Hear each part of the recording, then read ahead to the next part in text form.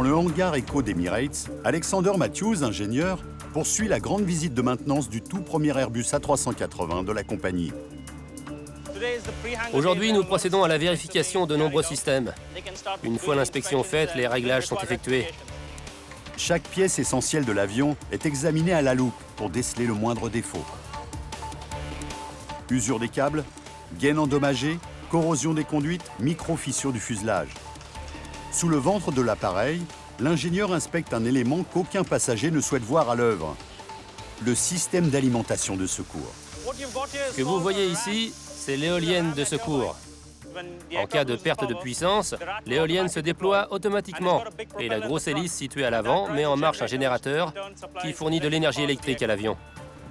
Avec son 1,61 m de diamètre, l'éolienne de secours de l'A380 est la plus grande de toutes, ce qui est indispensable.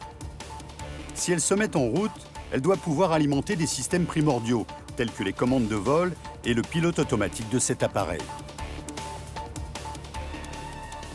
Si jamais elle se déploie en cas d'urgence, les passagers vont l'entendre car elle est très bruyante. On comprend que quelque chose tourne sous l'avion. L'éolienne n'est pas le seul système de secours inspecté au cours de cette grande visite de maintenance.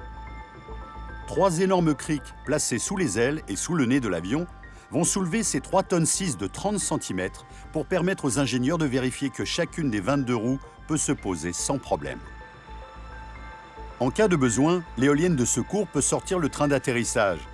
Mais il y a un autre dispositif de sécurité infaillible, la gravité. C'est parfait. Mais pour atterrir en toute sécurité, l'éolienne doit fournir l'énergie indispensable aux instruments de bord. En ce moment, elle doit tourner à 12 000, 15 000 tours minute. Si elle n'atteint pas cette vitesse, le générateur ne fonctionnera pas assez vite pour fournir l'énergie électrique nécessaire. L'éolienne de secours est capable de fournir les 70 kW dont les systèmes ont besoin.